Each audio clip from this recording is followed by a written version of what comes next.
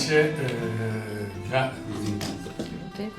Titta per l'invito, grazie a voi per essere presenti in questo raduno annuale.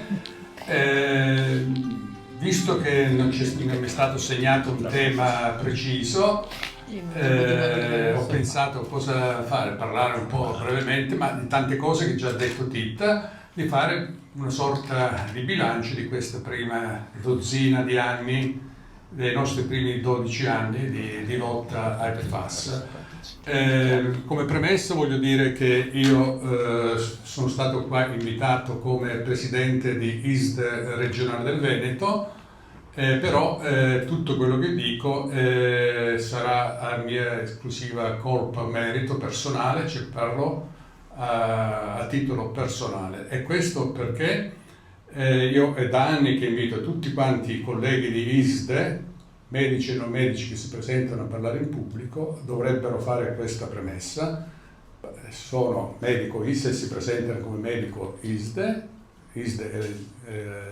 appunto l'Associazione Medici dell'Ambiente, dovrebbero attenersi a quelle che sono le linee guida di ISD. Noi parliamo con position paper, con comunicati, nei nostri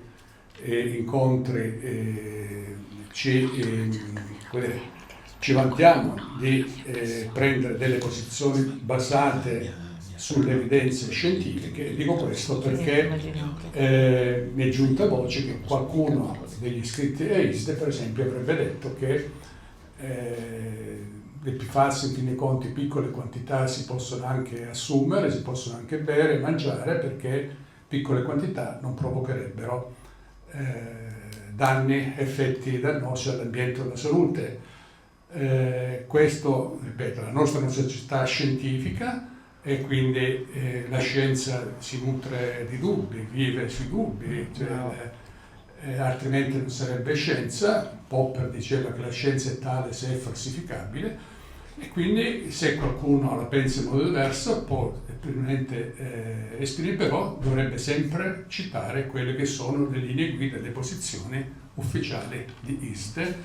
E in merito ai PFAS, diciamo, siamo stati probabilmente tra i primi, per esempio, a richiedere limiti zero, perché limiti zero nelle acque potabili. Queste molecole sono interferenti endocrini, molte sono cancerogene, quindi quando si tratta di molecole cancerogene non c'è limite che valga. Anche una sola molecola potrebbe in soggetti predisposti causare danno. Quindi dire che queste molecole possono anche essere inefficaci a basse concentrazioni, dal mio punto di vista, significa non aver presente bene cosa vuol dire classificare una molecola o una classe di molecole, come sono i PFAS, come interferenti endocrini e cancerogeni. Quindi per passare, diciamo, a questa sorta di bilancio, cosa può dire? Io ci ho pensato. Sicuramente un bilancio che può essere fatto del nostro impegno, della nostra attività, fatto di luce e ombre, dal mio punto di vista più ombre che luci, però siccome in questo periodo sono animato da una sorta di pessimismo cosmico, come dico io, vedremo, sono felicissimo di confrontarmi con voi. Il mio pessimismo nasce soprattutto da quello che, nelle ultime diapositive che ha fatto vedere Titta, il passo indietro, il gravissimo passo indietro che accingerebbe a fare l'ECA, la Commissione europea, riguardo il mai defunto Green Deal a proposito dei PFAS. Hanno riproposto, non ho ben capito se le 5 nazioni che originariamente avevano proposto il bando universale dei PFAS oppure i burocrati dell'ECA, di eliminare praticamente dal bando altre 8 categorie di settori industriali, tra i quali non a caso le armi e le munizioni, di eliminarle dal bando e quindi di permettere senza deroghe praticamente che potrebbero durare all'infinito, di permettere la produzione, di continuare l'uso e l'utilizzo e la produzione di PFAS in Europa, che però appunto anche da quello, come dire, la cosa che lascia più perplessi è che le industrie potranno produrre PFAS, però esportare, potranno produrre questi PFAS per l'esportazione. E questo sia una gravissima sconfitta a livello europeo per tutti noi che ci siamo impegnati, perché questo significa perpetuare legalmente la produzione e la contaminazione ambientale da PFAS a livello globale. E per riallacciarmi a un altro tema importante, sui limiti della partecipazione, sulla nostra incapacità di coinvolgere largamente la popolazione, forse questo dovremmo pensare in termini più allargati, più globali se volete, perché non è la contaminazione da PFAS, nonostante quello che continua a pensare tanta gente, anche in Veneto, tra la gente comune, non è una cosa limitata alla zona rossa, ma una cosa che riguarda tutti noi. Forse questo dovrebbe dovremmo cominciare a parlare e a scoprire quanti meteni ci sono in Veneto. Perché, per esempio, per quanto riguarda le fonti di contaminazione, chiusa la Miteni, però ne rimangono migliaia forse. Tita accennava alle industrie che utilizzano e producono, che utilizzano PFAS per le loro applicazioni industriali, artigianali, eccetera, che legalmente continuano ad inquinare l'ambiente, ad immetterle nel nostro ambiente in Veneto. Però se voi vi rifate ai dati ufficiali dell'ARPAM, con il foglio elettronico che pubblica, che viene aggiornato periodicamente ogni volta che fanno i dosaggi in tutto il Veneto, potete vedere che probabilmente esistono tantissime miteni in Veneto. Mi riferisco soprattutto praticamente ogni impianto di trattamento dei rifiuti, le discariche e i cosiddetti centri ecologici hanno nelle falde acquifere livelli altissimi di PFAS. Addirittura la somma di PFAS, per esempio in una discarica Vittorio Veneto, raggiunge 8.000 nanogrammi per litro, valori molto molto più alti dei PFAS che sono stati riscontrati nelle falde acquifere di tanti comuni della zona rossa. E se voi andate a vedere, per esempio, non per fare pubblicità, sul mio sito personale, ho unito i dati ufficiali dei PFAS ricavabili dalle pubblicazioni su Google Maps. Basta cliccare per quanto il comune, si può vedere le date dove sono state fatte, le date in cui sono state fatte i PFAS con le coordinate geografiche. E questo bisognerebbe dire che ci sono certi dati che saltano all'occhio, per esempio questa degli impianti di trattamento dei rifiuti, ma anche di tante zone industriali. Lì si raggiungono valori altissimi nelle falde acquifere. Penso alla zona industriale di Thiene, Schio, per esempio, per stare nel Vicentino, o anche a Valdagno, dove abito io, però nessuno ne parla di questo. E questi, dal mio punto di vista, potrebbero essere considerati appunto delle piccole miteni, delle fonti di inquinamento. E le zone, ormai lo sappiamo, i cittadini che abitano in queste zone, attorno a queste fonti di pressione, diciamo, di inquinamento, sono a rischio, potrebbero avere delle concentrazioni più alte nel proprio sangue, e queste dovrebbero essere meritevoli, dal mio punto di vista, di più monitoraggio. Una volta che si scopre questa fonte di inquinamento,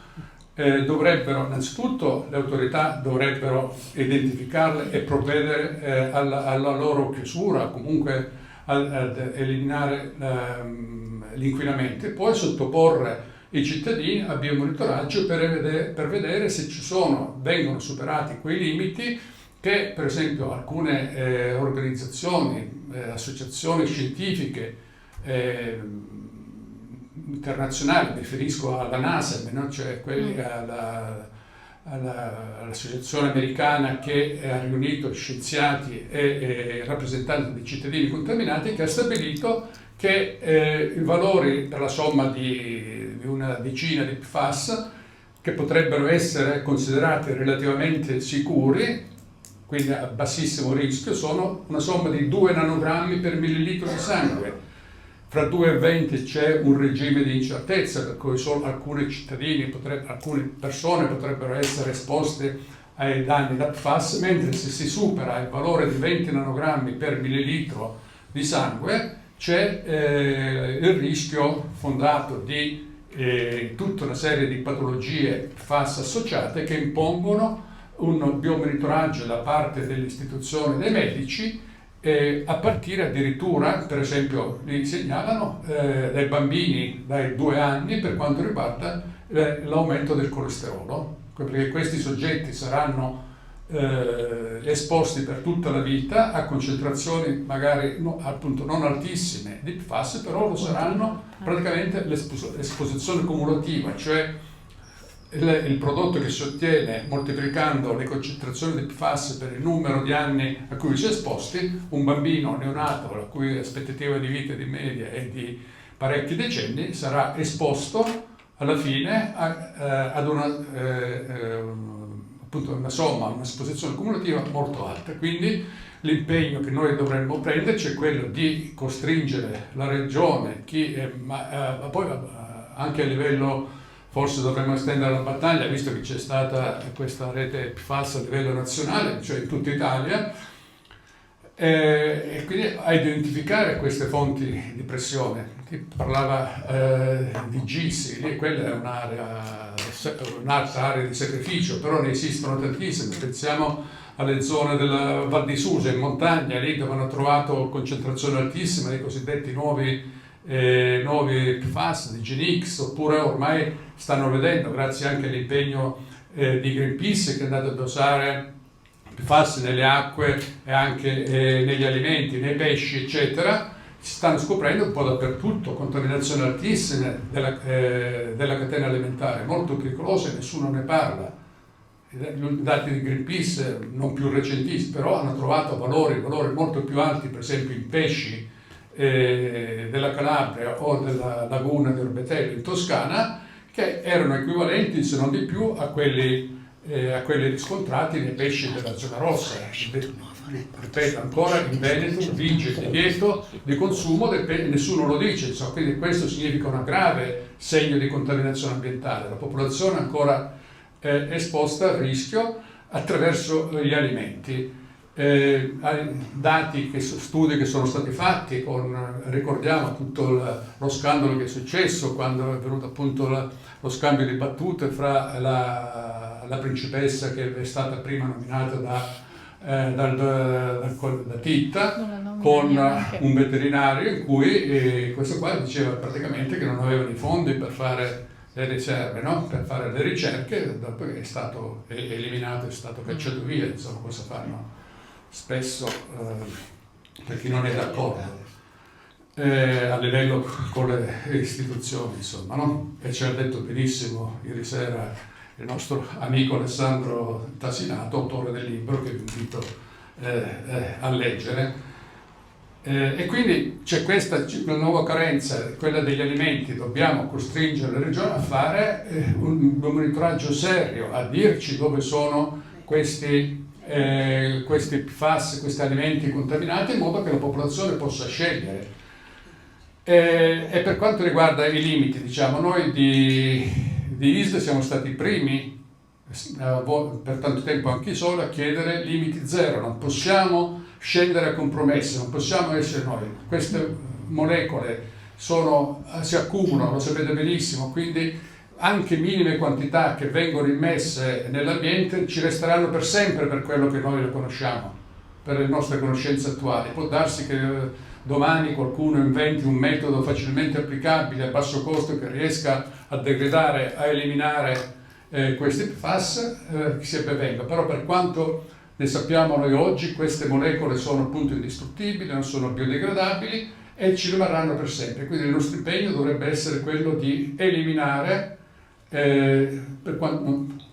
non solo dalla produzione, cosa che probabilmente nei tempi brevi vuol dire è una cosa utopistica, almeno per quelle applicazioni cosiddette essenziali per le quali non esistono ancora delle alternative. Penso per esempio a tante applicazioni in campo medico.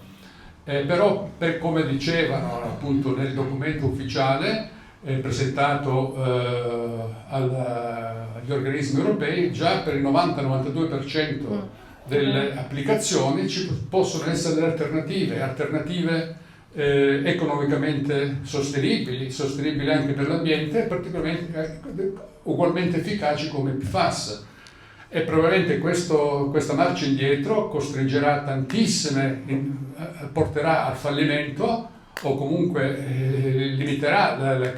la capacità o l'impegno di innovare di tante aziende che esistono anche in Italia,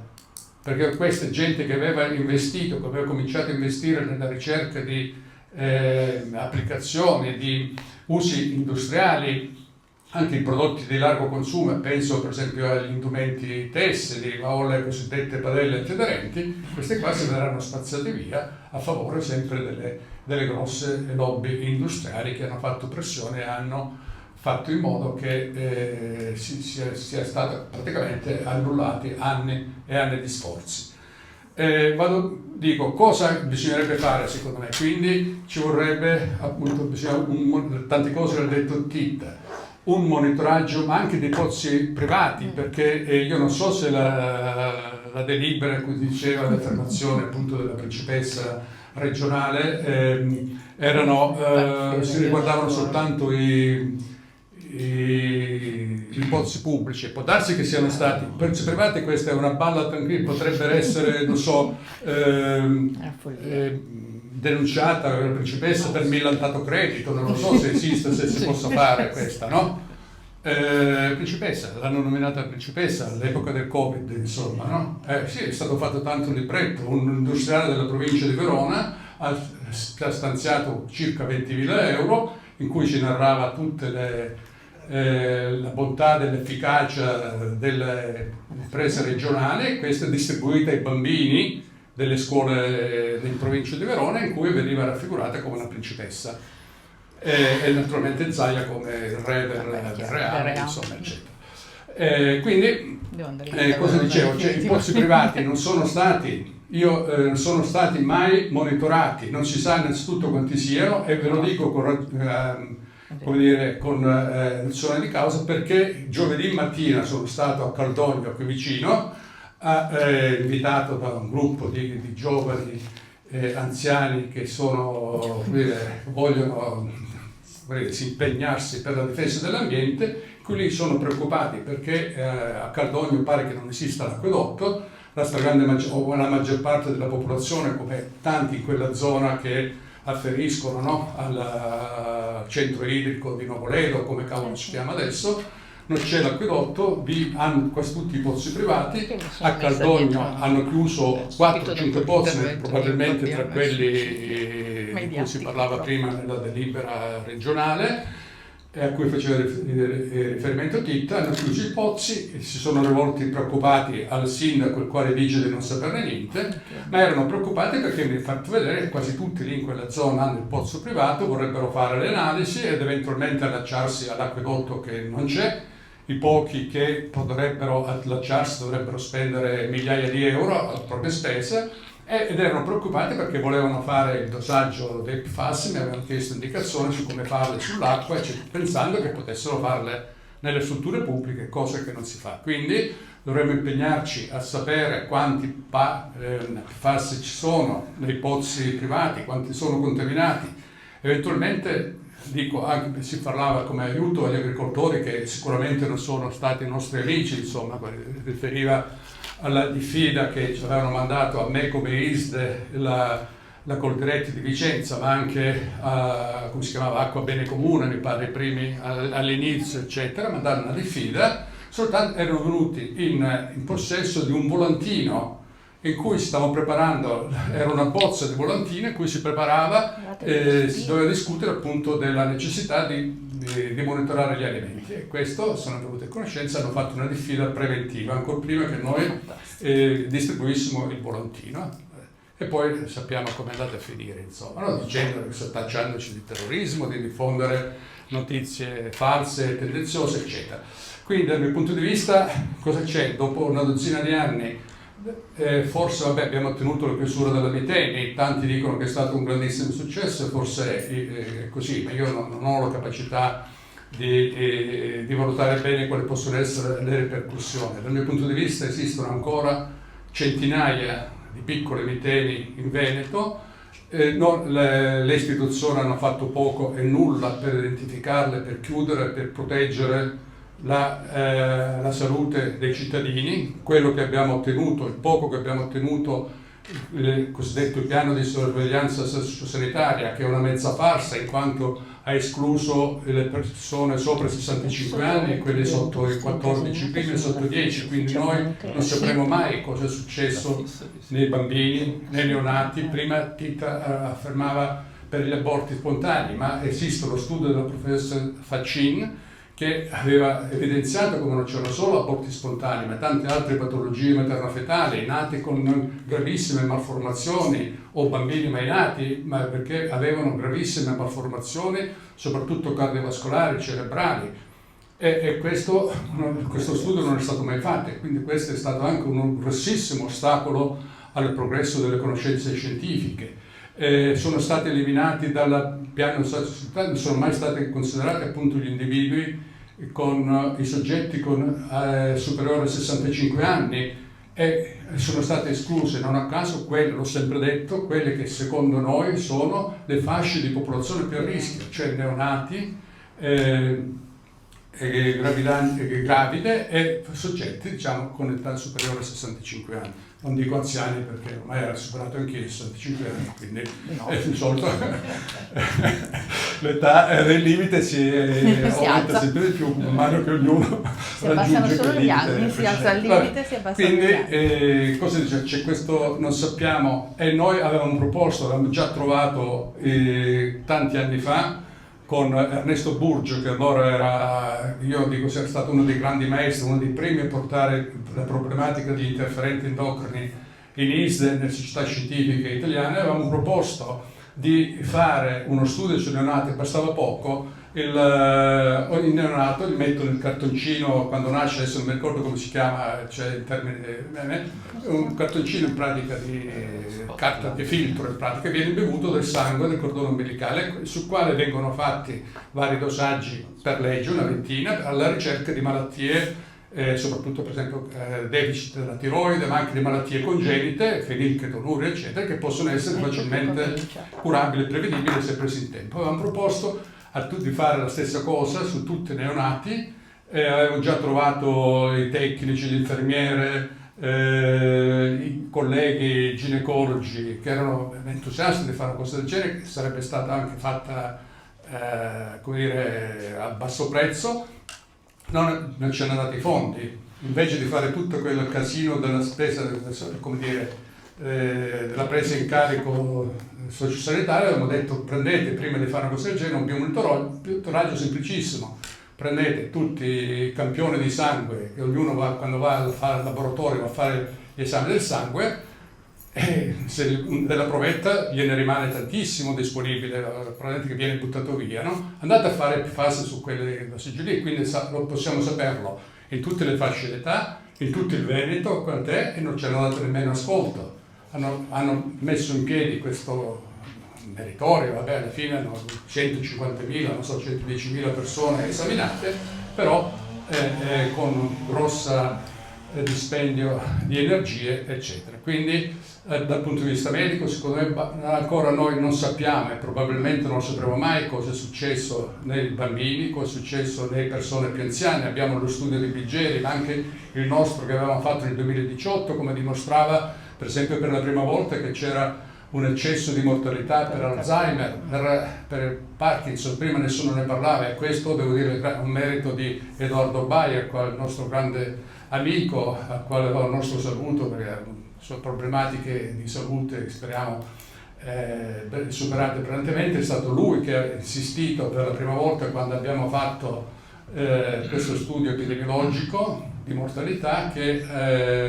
di mettere dentro anche l'Alzheimer, con una grossa intuizione, perché adesso ne parlano tutti dell'Alzheimer, dei disturbi dei bambini, del neuroaccrescimento, dell'autismo che può essere collegato anche con queste sostanze, con difficoltà dell'apprendimento. Quindi, ripeto, se ci avessero dato ascolto fin dall'inizio, forse avremmo potuto avere anche tantissime informazioni in più e praticamente a basso costo. E io dico sempre che alla fine in regione sono messi, perché per i primi 3 anni nessuno ci dava ascolto, i giornali, a partire dal giornalaccio che gira in questa provincia, nessuno ci dà ascolto, lettere mie mandate mai pubblicate, annunci di iniziative mai fatte. Nel 2016, quando secondo me hanno intravisto il business, perché costa quanti milioni di euro costa sottoporre la popolazione a questi studi per 10 anni, e allora hanno cominciato come dire, a parlare anche di effetti collaterali dei PFAS. E non a caso, se uno va a vedersi la storia, quello che dicevano questi vari funzionari della regione a proposito della pericolosità del PFAS, dice che bisogna convivere, che bisogna stare tranquilli perché appunto sono pericolosi, come può essere il caffè, come può essere la carne rossa, eccetera, eccetera. Quindi dal mio punto di vista c'è ancora tanto da fare, soprattutto dal punto di vista medico-sanitario, ma soprattutto non solo per quanto riguarda noi della provincia di Vicenza o del Veneto, ma l'importante sarebbe riuscire a estendere le collaborazioni anche con altre regioni, perché alla fine sarà importante ottenere queste cose di cui abbiamo detto, però bisogna estenderle anche a livello quantomeno nazionale, perché i PFAS circolano, i pesci circolano in tutti i mari, lo stesso il radicchio, il vecchioggio, le patate di Cologna Veneto potrebbero andare a finire sulle tavole di tutti noi o anche di tutta Europa. Va bene, grazie per avermi ascoltato.